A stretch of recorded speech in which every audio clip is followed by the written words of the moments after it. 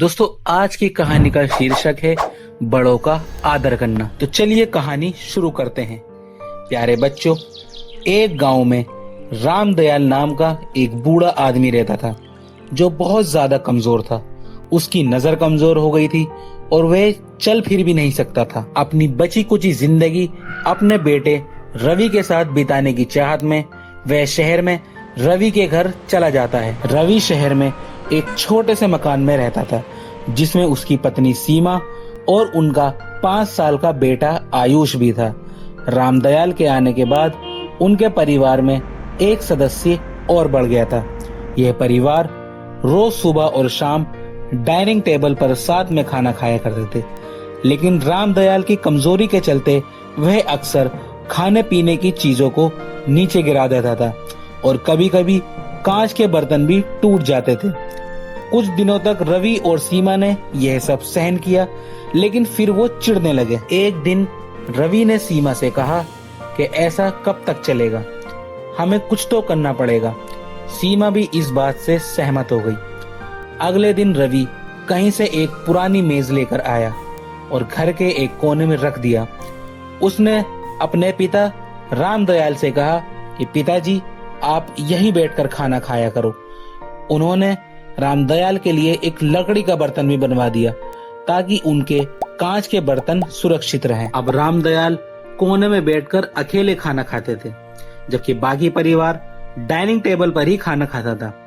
Dining table पर बैठे रवि और सीमा कभी कभी रामदयाल की ओर देखते तो उनकी आंखों में उनको आंसू नजर आते थे, लेकिन इस बात का उन दोनों पर कोई भी असर नहीं होता था। एक दिन जब रवि और सीमा डाइनिंग टेबल पर बैठकर खाना खा रहे थे तो उनका बेटा आयुष जमीन पर बैठकर कुछ कर रहा था।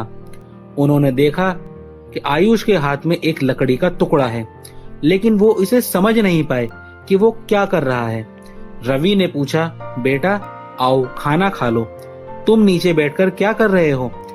आयुष ने बड़ी मासूमियत से जवाब दिया, अरे मम्मी पापा, मैं आप दोनों के लिए एक लकड़ी का बर्तन बना रहा हूँ ताकि जब आप बूढ़े हो जाओ तो मैं आपको इसमें खाना दे सकूं। आयुष की इस बात ने रवि और सीमा को झंझोर कर रख दिया था।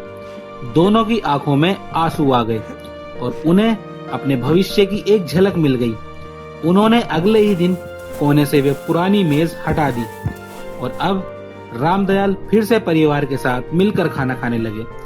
उनकी गलतियों से अब किसी को भी कोई परेशानी नहीं थी। तो इस कहानी से हमें ये सीख मिलती है कि जीवन में हर कोई बूढ़ा होगा और हमें अपने बड़े बुजुर्गों का सम्मान और ख्याल रखना चाहिए।